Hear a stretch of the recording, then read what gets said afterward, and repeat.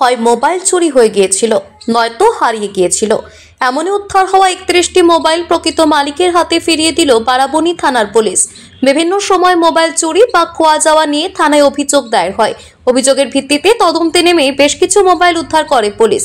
শনিবার আসানসোল দুর্গাপুর পুলিশ কমিশনারেটের বারাবণী থানার পক্ষ থেকে ফিরে পাওয়া কর্মসূচির মধ্য দিয়ে উদ্ধার হওয়া 31টি মোবাইল ফোন প্রকৃত মালিকের কাছে ফিরিয়ে দেওয়া হয়।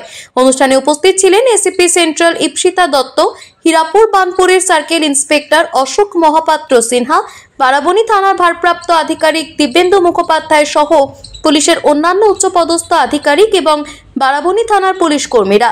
চুরি যাওয়া বা হারিয়ে যাওয়া মোবাইল ফেরত পেয়ে খুশি মালিকেরা।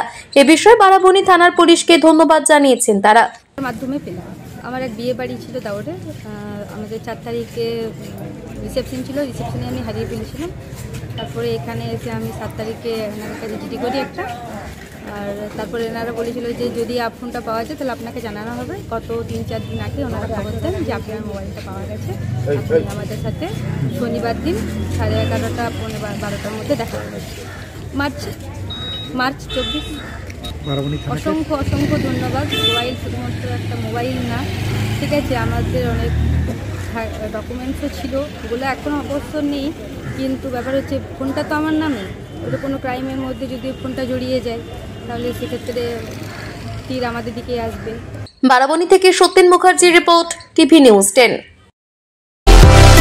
সুলভের সঠিক চিকিৎসার একমাত্র প্রতিষ্ঠান বিবেকানন্দ হসপিটাল। 24 ঘন্টা emergency service, blood bank, trauma care. আপনাদের সেবায় আমরা তৎপর। গুণমান ও পরিষেবায় দুর্গাপুর বিধাননগরের ডক্টর জাকির হোসেন এভিনিউর বিবেকানন্দ হসপিটাল শিল্পাঞ্চলের মানুষের মন জয় করেছে।